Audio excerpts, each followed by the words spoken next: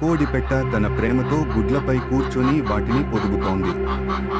బయట కోడిపుంజు టెన్షన్తో ఎదురు చూస్తున్నాడు.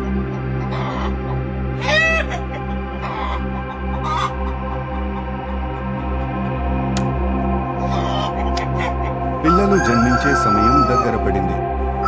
పుంజు టెన్షన్తో కాళ్ళు దిమ్ముతూ అటూ ఇటూ తిరిగి ఆ గొప్ప క్షణం వచ్చింది. గుడ్లు పగలగొట్టుకుంటూ పిల్లలు ప్రపంచంలోకి అడుగు పెడుతున్నారు.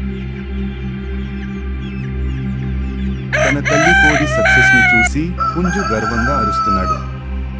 అది చూసి మిగిలిన పుంజులు, పెట్టలు కూడా అరవడం మొదలు పెడతాయి. కోడిపెట్ట తన పిల్లలకి మేత మేపుతుంది.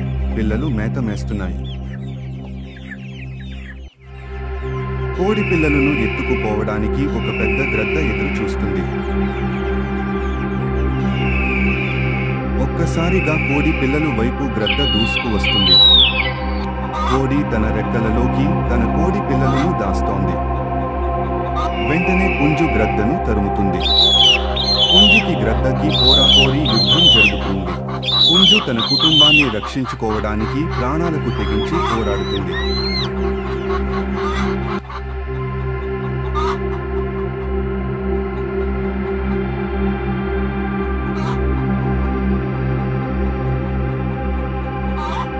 మొత్తానికి పుంజు విజయం సాధించింది.